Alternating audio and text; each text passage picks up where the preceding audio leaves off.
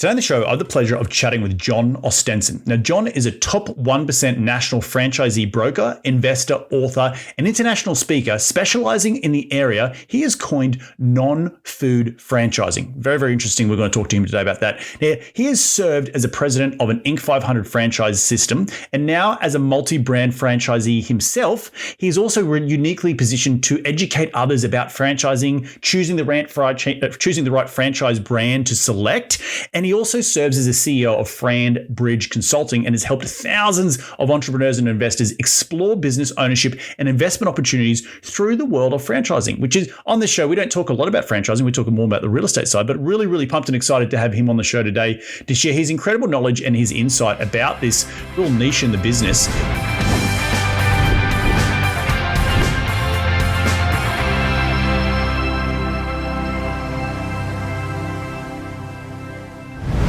Enough out of me. Let's get him out here. G'day, John. Welcome to the show. How are you doing today, mate?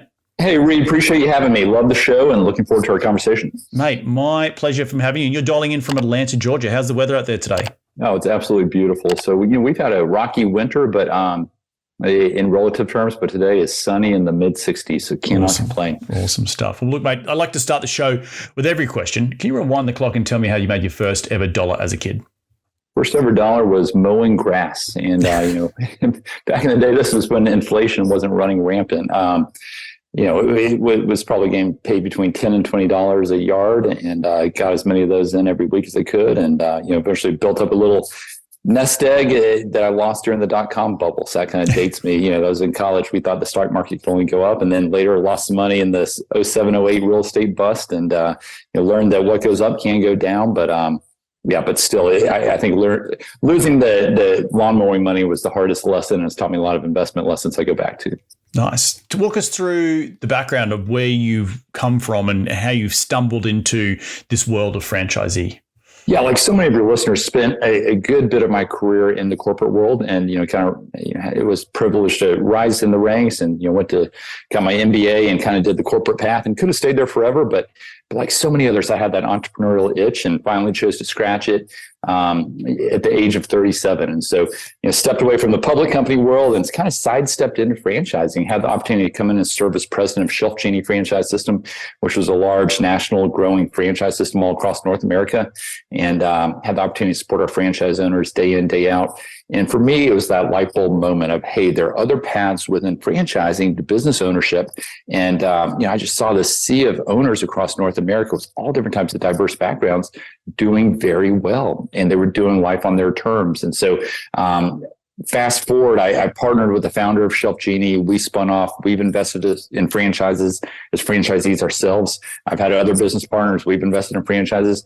And I'm blessed to have good people running those businesses for us, and allows me to spend over 90% of my time helping others do the same. And did you stumble into the franchise world? Was it just through leading as a CEO, coming out of, you said your MBA? Did you just happen to stumble across that?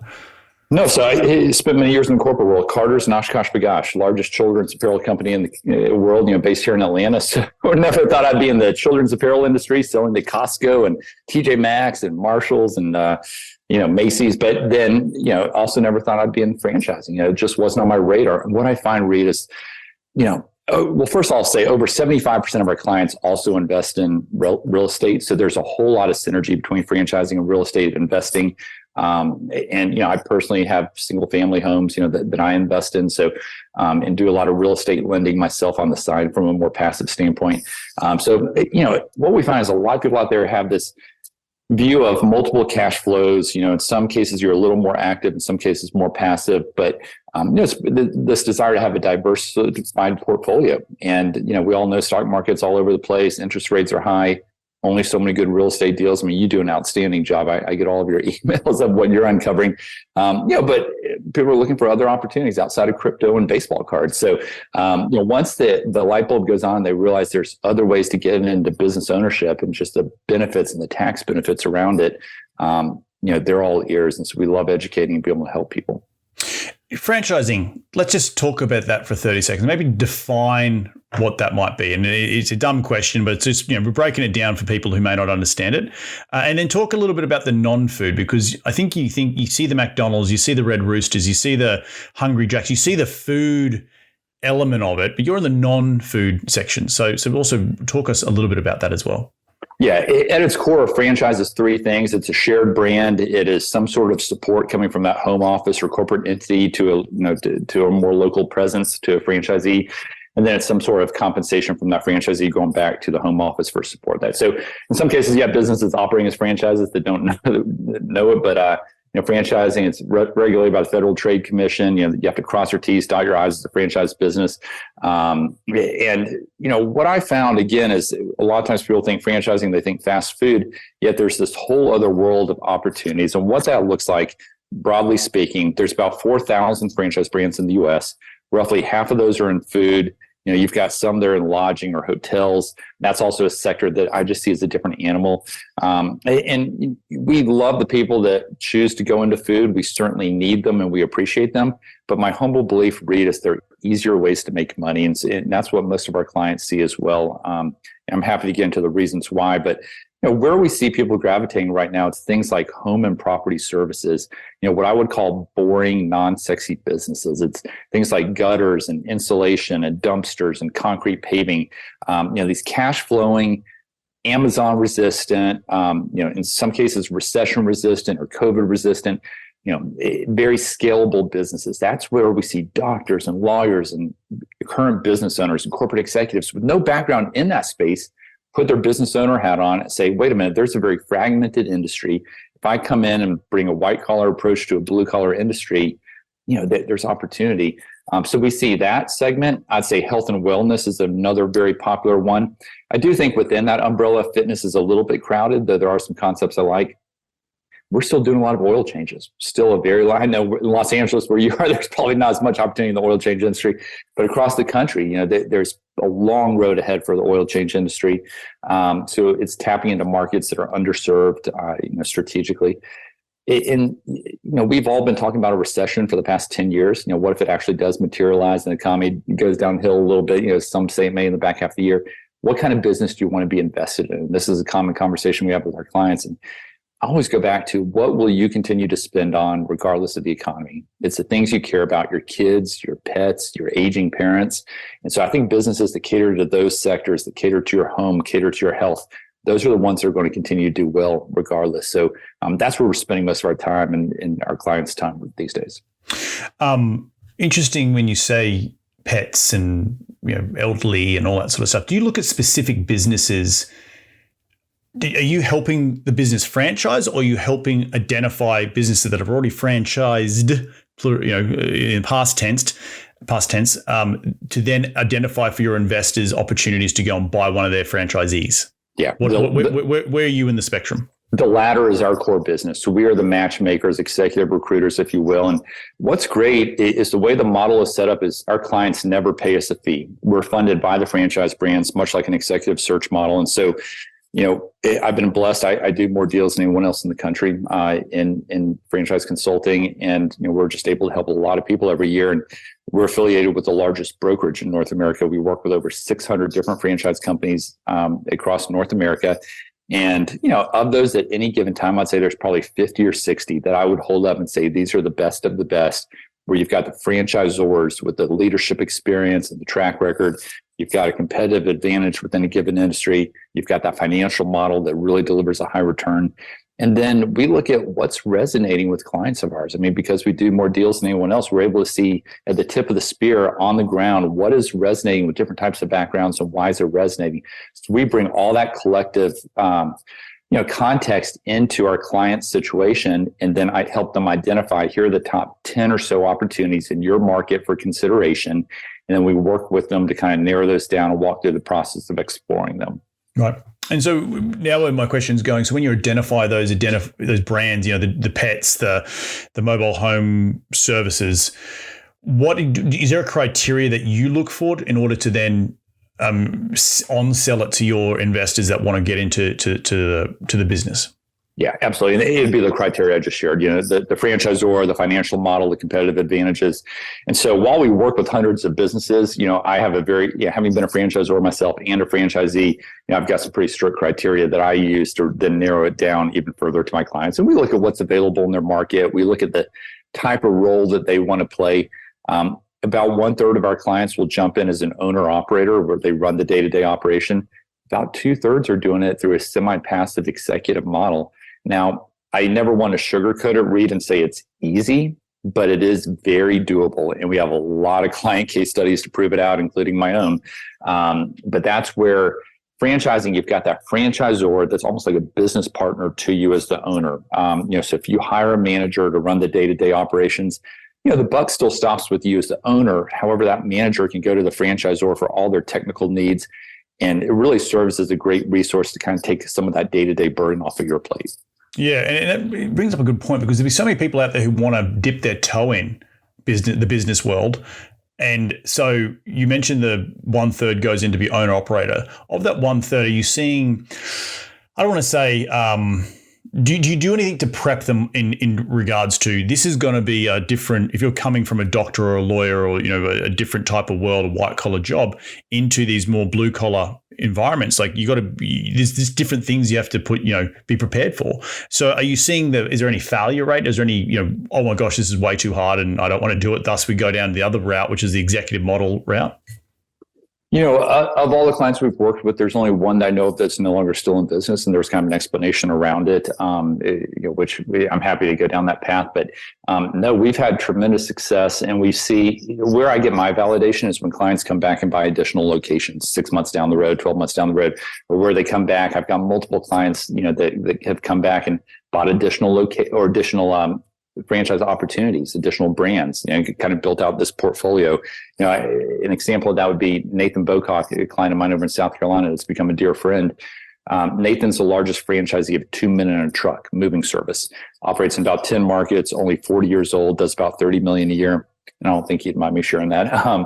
But he comes to me every year and says, "Hey, John, what's new out there that you like that I can get into?" And so we'll look at a few opportunities. He picks one, puts a young guy that's already proven himself within his organization in charge, and says, "Hey, go make us proud."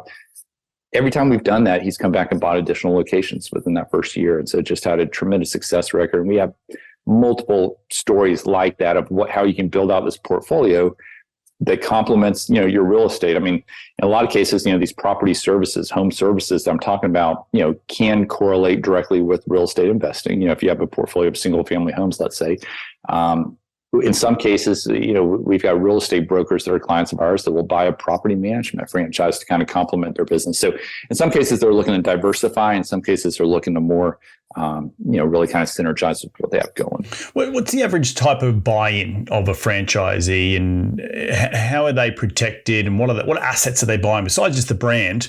What are they buying? Like you mentioned, two men in a truck. Are they buying the trucks? Are they buying, where the location at which they're housing the trucks? Like, what just walk us through a bit of an example like that?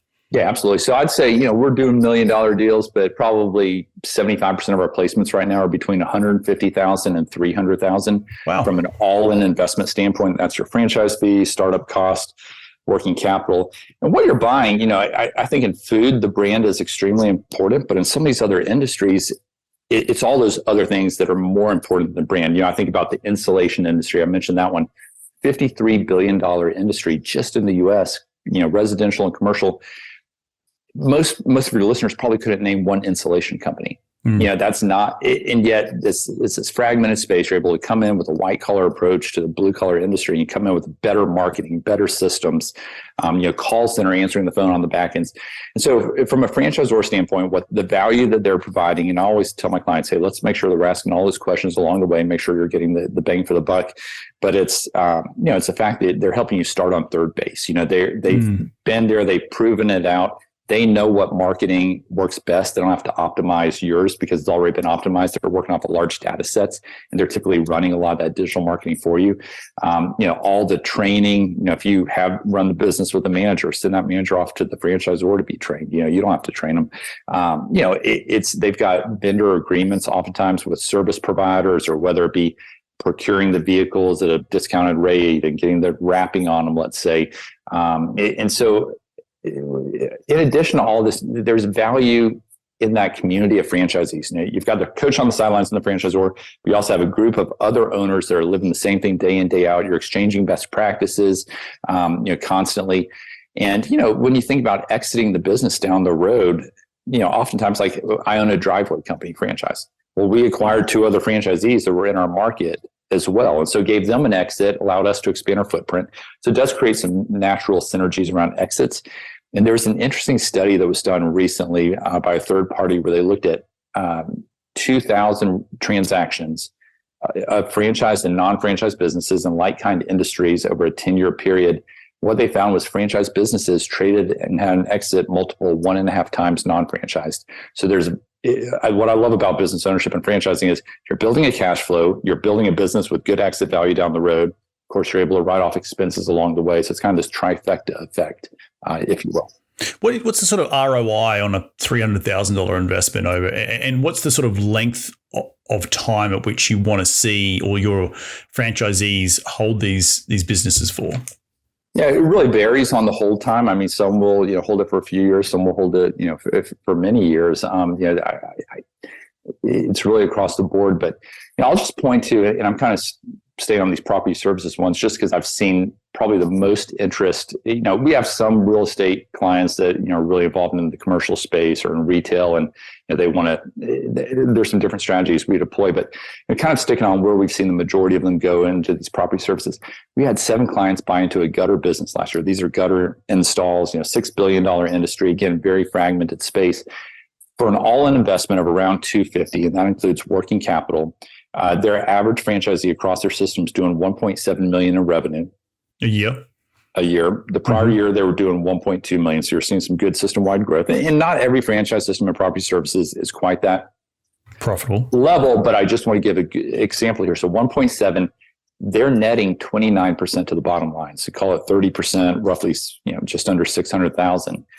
And so what I like to do, Reed, with my clients is say, hey, let's take a conservative approach. Let's haircut that even further, just go in very conservatively in our pro forma. And even when you do that, there's so much meat on the bone, with a business like that to run it semi-absentee and put a manager in place. And when you look at the profiles of who got into the gutter business this past year, we had 2 different doctors. We had a Wall Street attorney outside of Boston. We had insurance guys in South Carolina, a corporate executive up in New Jersey. We have a client that's getting ready to purchase it up in San Francisco. So again, that's just one example, but it shows you the kind of returns you can get. Because let's just say you netted 400,000. Mm-hmm. Well, that's on an initial investment of 250. Mm-hmm. That's 400,000 per year. That's a pretty good return, and you're going to have an exit value down the road. Right. No, that's very, very attractive. I'm surprised not more people do it because they don't know about it. Yeah, I know in our real estate deals we can't offer that type of return, not in year one at least. I guess are there tax benefits from because it's not a physical asset, right? So you don't get to all the depreciation that comes with a physical investment, but you get some write off with expenses, correct? Great question. Of course, if you were to purchase your vehicle and you've got 6,000 pound rule and all that, I mean, there can be some of our businesses do have heavier equipment where maybe that vehicle is, I think like a junk lugging type franchise. Or I've got a client that has done extremely well in dumpsters, and I mean that's heavy capex. There's one, we just had clients in Dallas last week sign a deal for, and this is a really cool one. It's a B2B business. It's temporary type walls. And so when you're doing construction projects, renovations, you need these temporary walls to go up. Well, these are the only guys that will do the setup, the rental, and the takedown out there in the market. And so they're growing really fast.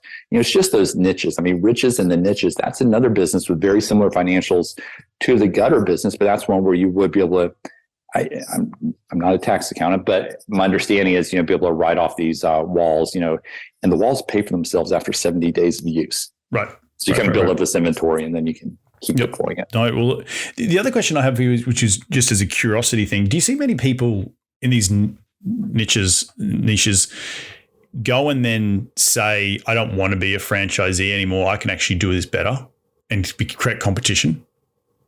Like they see behind, they see how to fish, and they're like, I'm going to go. Don't give me the fish. I want to go fish myself. If it's a good franchisor, they're going to give them a lot of leeway to kind of do, go a little bit outside the lines and do, test things and do things their own way. I mean, obviously you're going in, you're getting exposed to a whole lot of intellectual capital and intellectual property. And so, I mean, you are prohibited from going out and just starting the same kind of business, the next day. That would be kind of screwing the franchise. But that's also not in your best interest. I don't think in multiple ways. I'd say this is interesting. A lot of our clients are existing business owners. Many of them are from the non-franchise space. And then they say, hey, my next rodeo, next season here, I want to do something in franchising because, again, I've been there, done that. I know how much work goes into trying to. And here you've got a business that's proven that the road to profitability on day one. You're not having to go out and question, like a startup, is there a road to profitability? Right. You got to it's like a minimum viable product. It's already proven out. Yeah. The challenge is some of these people are too entrepreneurial that they can't live within the bounds of a franchise. And I have to tell them that. But for most of them, they love the idea of not having to go out there and restart it. And what I tell my clients is, hey, think about it in terms of seasons. You're going to have a lot of seasons ahead. Whatever your next decision isn't necessarily the only thing you're ever going to do. But whatever you do next is going to be a building block. And it's also going to inform what you do after that. So, we do have some clients that say, hey, I want, like doctors that may not have a business background. They say, hey, how about I start out with a franchise system, learn business 101 and best practices. And then if I do start something else down the road in a different industry, I have a lot of this discipline and framework that I can deploy at that time. Love it. Absolutely love it. What's the, as you come to the end of the show, what's the sort of goal for your company coming here into 2023 and beyond? Are you seeing some choppy waters in your industries? Are people getting a little bit nervous about deploying capital into franchisees, in 2023 as the Fed keeps raising interest rates?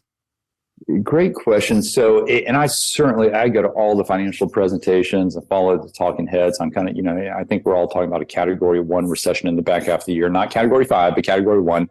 I think it is the most predicted recession in U.S. history. We've been talking about this for about 10 years now.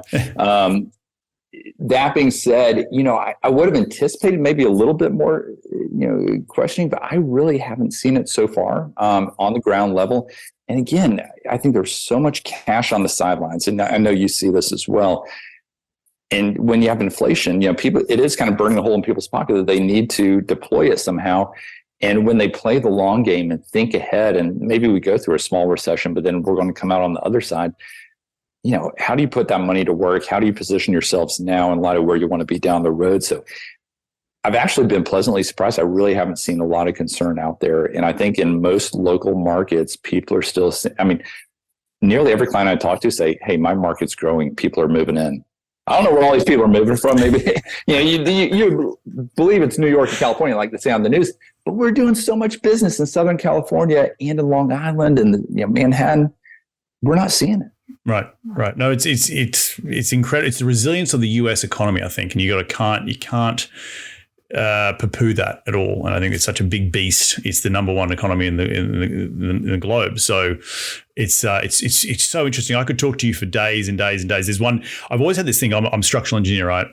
I know I've got this. I don't know why. I really have. I've been drawn to building stuff out of concrete, right? I just love concrete. Even when I was laboring when I was a young kid, I want to own a concrete company. I don't know how to own a concrete company, but I reckon I could go out and that would be good business to just own one. And I remember traveling to Mexico just recently, and I was in Baja, and I was driving past all these little what looked like mum and pop concrete, plants, and I was like, I bet you could go buy 6 or 7 of these in the area, and you could somehow package them all up and sell them to Boral or sell them to the big companies. But I don't know, the unsexy businesses, the blue collar businesses are, you're right, they're always going to sort of be around the hoop, and we'll have to maybe chat a little bit offline. But I've always had that as this concrete or shed building or, something really kind of as you said, fragmented, that you could come in and just, you have to be a big player, but just, pick up a couple, sell them off, do it again. I've got a great one for you. I'm sending you after the show. It's an asphalt and concrete parking lots. They work with national accounts. They do all the line striping of parking spaces and wayfinders. It's the riches and the niches. Absolutely. Yep. Love it, mate. Well, at the end of the show, we love to dive into the top 5 investing tips. You ready to get into it? Mate, tell me, question number 1, what's the daily habit you practice to keep on track towards your goals? wake up early and I track everything. I'm a metrics driven guy. And so, I start my day looking at the numbers and, and I prioritize, get my head straight. I like to read the Bible, read a few other things, kind of get going, but then I jump right in before I take the kids to school. And so it starts with a strong morning routine. But for me, it all comes back to the numbers and, what gets tracked gets improved. Yeah, that's right. What's the saying? If you can't track it, it doesn't. If you can't measure it, it doesn't get solved. And what is it? You don't track it, and I know I've got a lot of KPIs in my business as well. And if you don't track it, you can't then control it. So that's what I was looking for. Question number 2 is: who's been the most influential person in your career to date? Yeah, so I had the opportunity in the corporate world to work for a guy named Joe Pacifico, who was president of a large public company. I was kind of his right-hand chief of staff. And to understand how he led a large organization, how he thought about the business and the things he spent his time on and things he didn't spend his time on, he's very focused. And so I think there are a lot of disciplines that really influenced me. Learned some lessons. He wasn't perfect and made a few mistakes along the way that were pretty big ones in hindsight, but also just a ton of respect for him. And I think he kind of guided my way of thinking as far as business goes. Awesome. Question number 3 is: in what tool in your business can you not run the business without? And when I say tool, it could be a physical tool like a journal or your phone, or it could be a piece of software that you just can't run that business without. What is it? Yeah, well, I love all things Google and G Drive and everything's tied in, but the one that I've been sharing with people, it just blows me away. Some people aren't using it yet. Is Calendly, for your calendar. It gives you all the control, and yet it limits that back and forth. And so, my assistants and I use that all the time with our clients. Yeah, I know. Just booking on this show, you would have to use Calendly to get on here. So massive time waste going back and forth trying to determine which day of the week works best for all your clients. So pick a time. I'll be on there. Let's go. Love it. Question number 4 is: in one sentence, what has been the biggest failure in your career? What did you learn from that failure? Yeah, so I had a startup that did not work, and we became too custom. We built it up to about a $4 or $5 million business as a marketing agency and a call center, and we became too custom for our clients to the point that we let them really drive the train and not us. And we had about 40 employees, and I ultimately made the tough decision to wind the business down. We didn't have a sexy exit, it wasn't one of those things, but in hindsight, I am proud of how we wound it down. We found homes for our people, homes for our clients. We handled it very well in a tough situation. But we built up a business that really wasn't profitable. It was right there teetering. And I saw the writing on the wall and had to make a tough call. But it came down to being overly custom and letting the clients drive the train instead of us. Right. No. Last question, mate, is where can people reach you, continue the conversation? They'll be in your sphere. Where do they go? Yeah, come out to FranBridgeConsulting.com. That's FranBridgeConsulting.com, and sign up for our monthly newsletter. We put out some great content, and I will then have my assistant also reach out with links to download our new book called Non-Food Franchising. And would love to get a free copy to all of you, either audio or PDF. And certainly if you go out to Amazon, you can buy it, and all profits go to a great nonprofit as well that we support. So would love to connect. And if there's interest, let my assistant know, and we'll jump on a call as well. Awesome stuff, mate. Well, look, I want to just wrap up and summarize what I took away from today's show. I think it's such an interesting niche, and for all our listeners who tune in and think about real estate, there's this another path here, and that's the purpose of investing in the US. It's called this way because we want to meet people like yourself who are looking at different niches in other businesses: gutters, concreting, line striping, home services, very fragmented businesses that us on the real estate side, if you can read a P&L and you know how to market properly and you know how to add value in a multifamily deal, you'll know how to add value in a business. It's very similar stuff. Just the widget is different. In our business, it's heads and beds, and other businesses, it might be different, selling lawn care services to different people and just trying to be more professional in the way in which you approach it. I do love how you've stuck away from food. I do think that is really, really key. And I'd love to get my hands on your book and to read a little bit more about it. But I think the biggest thing is it around people think, and I've always had as an entrepreneur, I'm like, I don't want to do a franchise. I want to go build it myself, but I think there is a value there to not having to reinvent the wheel. And if you can sort of have your cake and eat it too, why not go out and build a portfolio of franchises to then sell it off as a portfolio to someone else? Because that could be a value add in itself, right? And you can do it across multiple different products, and you could then go and say, hey, Mr. Big private equity company, I built 3 different verticals here with 3 different industries, and I've got 10 franchisees in each. boom, here you go, and exit for a big number. So, and have great cash flow along the way. I think that's the best part about it. Did I leave anything out, my friend, in that summary? No, I think that's outstanding. And I will just echo what you said. Private equity loves franchising. So much private equity all around franchising these days, mainly at the franchisor level, but sometimes with the franchisees. So, the smart money is running this direction. And would love to engage with any of your listeners. Awesome stuff, mate. Well, look, I want to thank you again so much for jumping on today's show. Enjoy the rest of your week, and we'll catch up very, very soon. Sounds great. Thanks so much. Well, there you have another cracking episode jam-packed with some incredible advice from John. Really, if you are interested to learn more about franchisees, go to franbridge.com. That's FRAN bridge.com, or go on to Google and find non-food franchising on Google or wherever you get your best books from. I want to thank you all again for taking some time out of your day to tune in to continue to grow your financial IQ, because that's what we're all about here on this show. If you do like the show, the easiest way to give back is to give it a 5-star review on iTunes. All the links from today's show will be up on my website at reedgoosens.com. And we're going to do this all again next week. So remember, be bold, be brave, and go give life a crack.